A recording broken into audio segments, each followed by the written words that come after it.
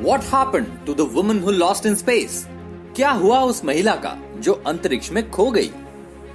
एक सदी के महान फिलोसोफर सोक्रेटिस ने कहा था कि इंसान जब तक पृथ्वी से ऊपर उठकर आसमान की तरफ नहीं बढ़ेगा, तब तक वो अपनी दुनिया को बेहतर तरीके से नहीं समझ पाएगा। उन्होंने ये तब कहा था जब इंसान आसमान में दिख रहे सूरज और तारों को घूरता रहता था और सोचता था कि धरती दुनिया का केंद्र बिंदु यानी कि सेंट्रल पॉइंट है। समय बदला और बदलते समय के साथ साथ हम इंसानों ने आसमान की ओर बढ़ने के सपनों को जन्म दिया और इन्हीं सपनों के दम पर इंसान ने आर्टिफिशियल सैटेलाइट्स के रूप में ऐसी मशीनें बनाई जिसने आसमान की तरफ छलांग लगाई। दोस्तों, आप तो जानते ही है कि अंतरिक्ष की कोई सीमा रेखा नहीं है। इस बात में कोई शक नहीं कि अंतरिक्ष में कूच करने से पहले बहुत से जानवर ऊपर भेजे गए। इसी फेरिस में पहली फीमेल डॉग लाइका हमारे अंतरिक्ष में गई। उसकी कहानी रुला देने वाली है। उसके बाद सबसे पहला बंदर जिसका नाम हैम था, उसे अंतरिक्ष में भेजा गया। उसकी कहानी भी उतनी ही आंखों में पानी ला देने वाली है। जानवरों के साथ एक्सपेरिमेंट्स के बाद इंसानों को भेजा गया। सभी ये मानते हैं कि यूरी गैगरिन इस दुनिया के पहले वो शख्स थे जिसे अंतरिक्ष में भेजा गया था, लेकिन पक्के तौर पर किसी को कुछ नहीं पता। सोवियत यूनियन के समय बहुत से नए नए और नौसिखिए लोगों को अंतरिक्ष में भेजा गया। आज हम आपको एक महिला की कहानी जो अंतरिक्ष में खो गई थी, उसके साथ क्या हुआ और साथ ही उस जानवर की भी कहानी बताएंगे जिसका जिक्र हमने शुरुआत में किया था। इस दुनिया में अंतरिक्ष पर राज करने के बहुत से स्कैंडल सामने आए, जैसे कि अमेरिका ने एक समय पर बहुत से नाजी लोगों को पकड़ा और उनसे कहा कि वो ऐसी तकनीक बनाएं जिससे अमेरिका पहले चांद तक जाए। क्या आप जानते हैं कि स्पेस रेस में कुछ एस्ट्रोनॉट्स ऐसे भी हैं जो इस अंतरिक्ष के अंधेरों में खोकर रह गए? जी हाँ, ये वो लोग हैं जिन्होंने आसमान की तरफ उड़ान तो भरी, लेकिन उन्हें फिर कभी इस धरती की जमीन देखना नसीब नहीं हुई। और ऐसी ही एक मिस्ट्री जिसे इटली के दो भाइयों ने दुनिया के सामने रखा था। उन भाइयों के नाम एशले और जिनके सिग्नल धरती से बाहर दूर दूर तक भेजे जा सकते थे। इन्होंने ये काम कई सालों तक किया, लेकिन उनको अपने सिग्नल्स में कुछ भी खास नहीं मिला। लेकिन फिर नवंबर 1963 का समय आया जब उन्होंने एक बहुत ही अजीब सिग्नल सुना। ये सिग्नल पूरी तरह से बाहरी दुनिया से आया था जो मोर्स कोड में था। उन्होंने उसे पकड़ा और उस सिग्नल को डिकोड किया, और जब उन्होंने उसे समझा तो पूरी तरह से हैरान हो गए। उस सिग्नल में एक महिला की आवाज थी और महिला डरी हुई थी और दर्द से करा रही थी। वो धरती पर वापसी की तैयारी में थी और मदद के लिए चिल्ला रही थी। हम आपको असली सिग्नल की ऑडियो क्लिप भी सुनवा देते हैं।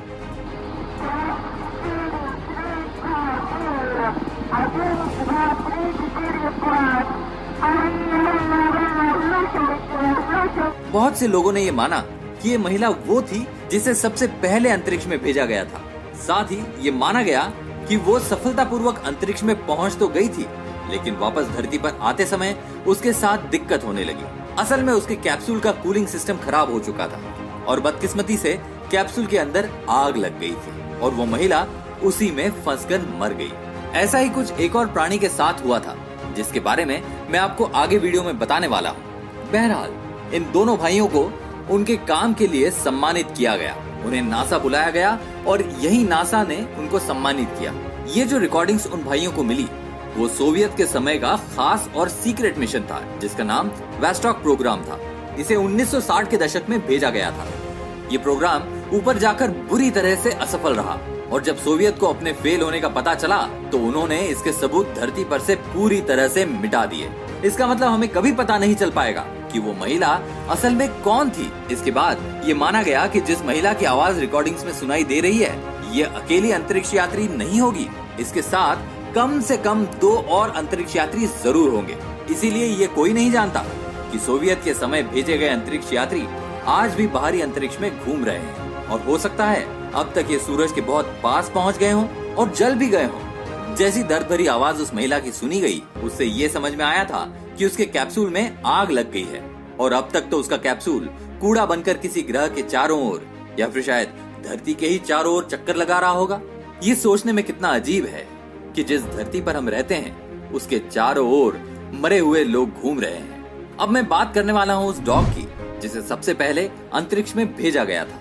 उसे कैसे भेजा गया, उसके साथ क्या हुआ, ये सब मैं आपको बताने वाला हूँ। आज हम सबको पता है कि अंतरिक्ष में जाने वाले लोगों को सारा श्रेय दिया जाता है, कि उनकी वजह से हमें अंतरिक्ष के बारे में पता चल पाया है। फीमेल डॉग लाइका, जिसे अंतरिक्ष में भेजा गया था, उसका जन्म 3 नवंबर 1954 को सोवियत यूनियन में हुआ था। वो मॉस्को यूएसएसआर में पैदा हुई, जो कि आज मॉस्को रशिया है। वो भी सड़कों पर आवारा घूमने वाली डॉग थी। उसके पास अपना कोई घर नहीं था, लेकिन 1955 में उस डॉग को सोवियत स्पेस प्रोग्राम के एक इंजीनियर द्वारा उठा लिया गया। उसे यहाँ से सेंटर तक ले जाया गया और उसे सोवियत स्पेसक्राफ्ट स्पुतनिक 2 के लिए चुना गया। इस मिशन को सिर्फ इसीलिए भेजा गया था क्योंकि यूएसएसआर अपनी शक्तियों का दिखावा दुनिया के सामने करना चाहती थी। लेकिन इस बात का भी ध्यान रखिए कि ये वो टाइम था जब यूएसएसआर और यूएसए एक दूसरे के कट्टर दुश्मन थे।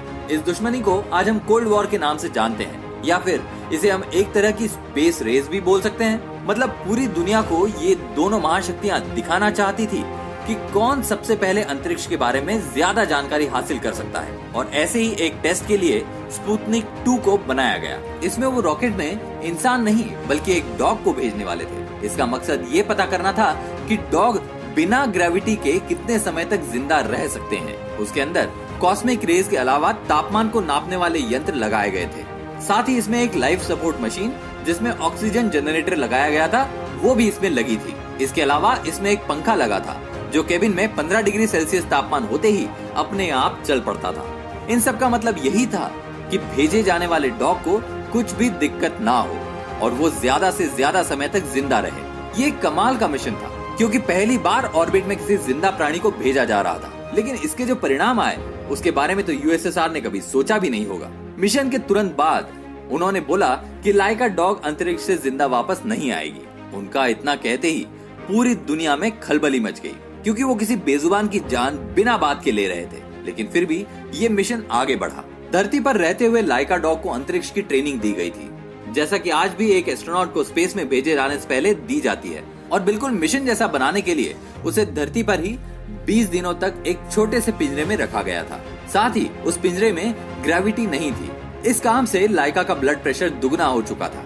इसके बाद वो बीमार भी होने लगी। उसे एक खास तरह का जेल फूड खिलाना शुरू किया गया जो कि स्पेस में जाकर उसका खाना बनने वाला था। उड़ान से एक दिन पहले प्रोग्राम का एक इंजीनियर लाइका को अपने घर ले गया ताकि वो उसके बच्चों के साथ खेल सके, क्योंकि उसे पता था कि लाइका के पास जिंदा रहने का बहुत कम समय बचा है। कमाल की बात ये थी कि उसे इतना सब पता होते हुए भी रॉकेट के अंदर लाइका को उसी ने बिठाया था। और फिर 3 नवंबर 1957 का दिन आया जब स्पुतनिक 2 को सुबह 5:30 बजे लॉन्च किया गया। शुरुआत में सब कुछ सामान्य था। लाइका सही सलामत धरती से बाहर निकल चुकी थी। अब ऊपर गए रॉकेट को 2 हिस्सों में बंटना था, लेकिन यहाँ तकनीकी खामी आ गई और रॉकेट 2 हिस्सों में नहीं बटा। इस दिक्कत की वजह से कैप्सूल में लगे तापमान नियंत्रक यंत्र सही से काम नहीं कर पा रहे थे। जिन पंखों और कूलिंग सिस्टम के बारे में मैंने आपको पहले बताया था, वो सब काम नहीं कर रहा था और अब लाइका के कैप्सूल का तापमान पूरी तरह से गर्म होने लगा। ये माना गया था कि कैप्सूल का तापमान 15 डिग्री सेल्सियस से ऊपर नहीं जाएगा, लेकिन उसका तापमान 40 डिग्री सेल्सियस तक पहुंच चुका था। बदकिस्मती से लाइका के पास कहीं और जाने की जगह नहीं थी और अब वो इंतजार कर रही थी अपनी मौत का। और फिर कुछ ही मिनटों बाद गर्मी के कारण उसकी मृत्यु हो गई। बेशक ये बहुत दर्दनाक था। काम होने के बाद उसे जहर दे के मारने का प्लान था, लेकिन इस प्लान तक तो ये प्रोजेक्ट पहुंचा ही नहीं था। पूरे 5 महीनों तक मरी हुई लाइका ने इस धरती के चक्कर लगाए।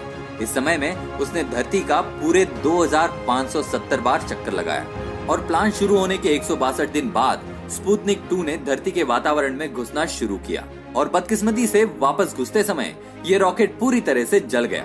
साथ ही इसमें लाइका की बॉडी भी जलकर राख हो गई।